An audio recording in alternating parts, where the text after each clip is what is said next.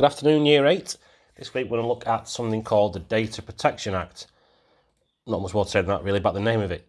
What is the Data Protection Act? It is increasingly common, this is a bit of a description rather than definition, increasingly common for personal details to be stored on computers or computing devices, not just a laptop or a desktop, it could be or will be your mobile phone, your PlayStation, your iPad, devices like that, maybe even in your car, the device it's connected to. The Data Protection Act exists to protect such details. This personal data includes items such as name and address, date of birth, medical records, school and employment records, and your religion. Personal data is private and should only be accessible by authorised people.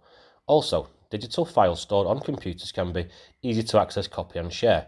Protection is needed to make sure that our personal data is kept private and not altered or deleted by people who don't have access.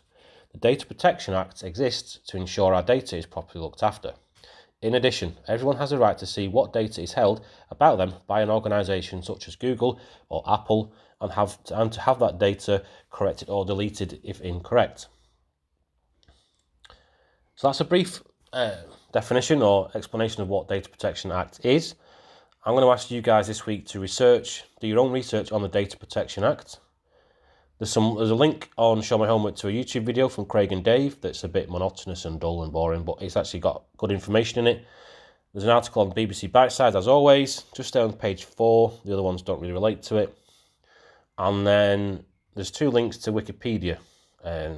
One called Data Protection, one for the GDPR Act. GDPR is generally a much more strict version of the Data Protection Act. It requires much more robust protection of your data. Having worked for a company that had to deal with this a few years ago before I became a teacher, it was quite difficult to get signed off as GDPR protected. It wasn't easy. Basically everything had to be bulletproof and a bit more, but that's another story.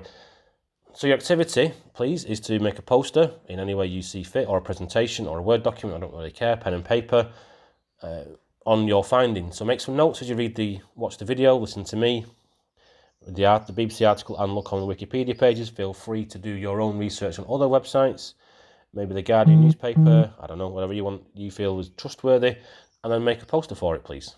As always, if you've got any questions, feel free to give me a bell. Drop me an email or send me a message on here, and good luck. Catch you guys next week.